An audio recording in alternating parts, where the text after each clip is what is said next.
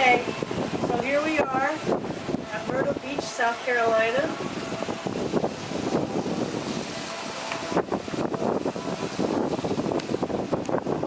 We're on vacation with the kids. The kids all left, and I said, I want some shrimp and grits for dinner. And I looked at some places to go out to eat. I said, we think we're going to make shrimp and grits at home. So, I got some shrimp here, and I'm going to start peeling. I just wanted to show you how beautiful it was outside.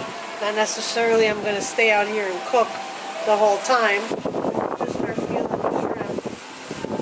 Of course, I have my favorite vino here, my Liberty Creek. I think I might go a little back and forth from my Italian heritage to Paula Deen's Southern cooking. We went yesterday and we saw Paula Deen's restaurant and store over at the Broadway on the beach. So what are you doing right now? Right now I'm just shelling the shrimp. Are you pulling out the vein? No, I think it's already shelled and veined. Flip. Okay, so we'll just continue. And my husband will be quiet back there and just videotape and follow my lead, which will continue into the house in just a moment, or the condo, not my house. We vacationed here a couple of years with our kids. And I really like it down here. I don't like the far drive from where we are traditionally in Jersey. It takes us about 10 hours to get down here. So that's definitely not my favorite part of the trip. Here we go. We're going to go inside. Follow me. I'll meet you in a minute. I'm leaving it on, right?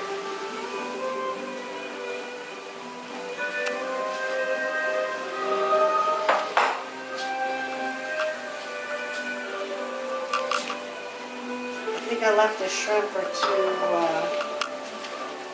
in here. Thank you for bringing in the wine. Alright, so, I've never really made shrimp and grits before. So we're going to improvise here. I read a couple of recipes, and the one recipe said salt, paprika, and lemon juice. Okay, I don't have any paprika. I do have seasoned salt. So I'm going to put a little seasoned salt in there. That'll cover the paprika and the salt and some of the other spices. I'm also going to put in, I can't think of what I was going to put in. A little olive oil in just Maybe you need a sip of wine to help you think. Maybe. A little olive oil. What did I say? Salt, paprika, and lemon juice. Here we go. We got a little lemon juice going. I love this. I love this knife. It's got the self-sharpening attachment in there. See how nice that works? Alright, now Rachel Ray always says, hold the lemon up so that the seeds stay in the lemon. And then you can wash your fingers that way. And if you have a garbage disposal, put the lemon right there, and when you're done, it's going to give you a nice fresh scent to your sink. So, now we got the lemon in there, and we're going to marinate the shrimp a little bit. Now, a couple of recipes I read called for chorizo. Now, I have two different chorizos here. I'm down south. This is a pork chorizo that they sell here in Myrtle Beach. And this is a Goya chorizo that I get in Jersey. This one I like. It's more like a pepperoni kind of product. This one is more like a, I want to say like a chopped meat or a sausage out of the casing. So I'm working with a electric stove here, which is not my forte. So I'm going to let that heat up for a second. And the recipe also called for, I'll move my wine out of the way, I know we're going to be opening that soon. The recipe called for 3 different types of peppers. Well, I did not buy peppers at the store today, but I did buy celery because I'm going to make potato salad tomorrow. So instead of the peppers, I'm going to use celery. Rinse it off a little bit. myself, when I do a video, I can't make that noise. So I have to stop doing that. And let me just tell you what I did here. I put the front burner on instead of the rear burner. The rear burner is the big burner. Front is a small burner. Put the wrong one on. So while we're waiting for that to heat up, I'm just going to dice up some celery. And anytime my husband thinks he needs to take a break, we can always take a break and come back. Another thing you're supposed to remember when you dice your produce or whatever, is put your fingers back like a claw, and cut so that you don't cut your fingertips. So we have some celery. I'm also going to need some yellow onion, which I'm going to walk around my husband and grab a yellow onion.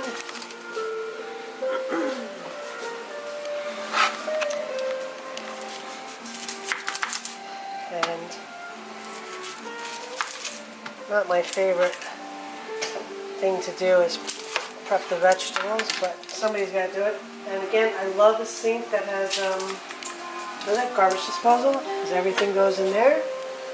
The recipe called for a cup of diced onions, and again, I'm going to tell you, I'm taking this recipe loosely because I don't necessarily have all the ingredients.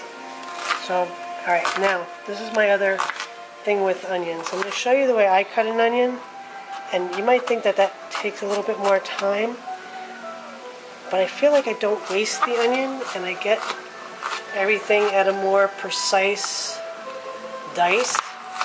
Now, when you see them on TV shows, they usually do this method where they cut into it. But again, you're going to see this part, I'm not cutting into it because I want to hold it together. And then they just usually throw that part away, and that frustrates me.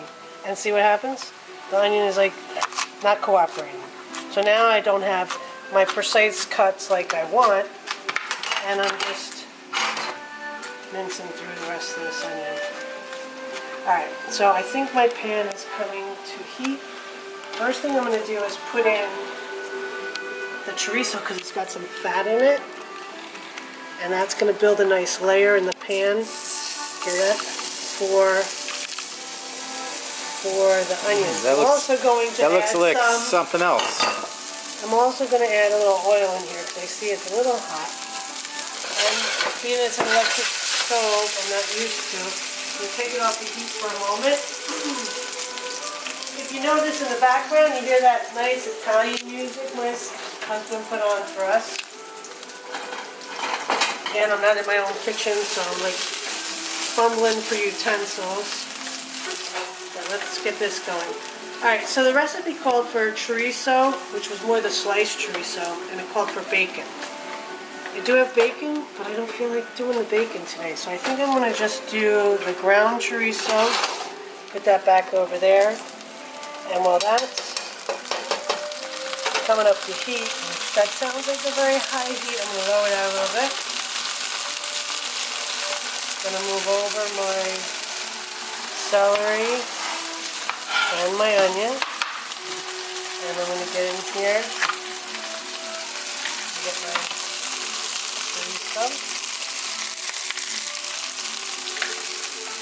The recipe also calls for a long cooking grits. I have quick cooking grits, so normally you would start the grits in the beginning of this recipe, I think, but being that my grits only take like 5 minutes or so, I'm going to start putting that together towards the end. The recipe also asked for, or said, green onions, scallions, or chives. I don't have either one of those. So I'm going to use the white onion in the cooking process, and then I have a little red onion, so I'm going to use that as part of my garnish. I'll cut that, dice that small.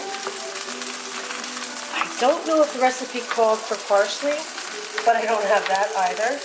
So I'm going to take the celery tops and I'll use them as part of my garnish towards the end.